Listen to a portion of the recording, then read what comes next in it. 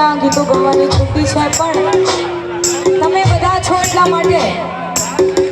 આખું જ્યારે સાણંદ આવ્યું હોય અને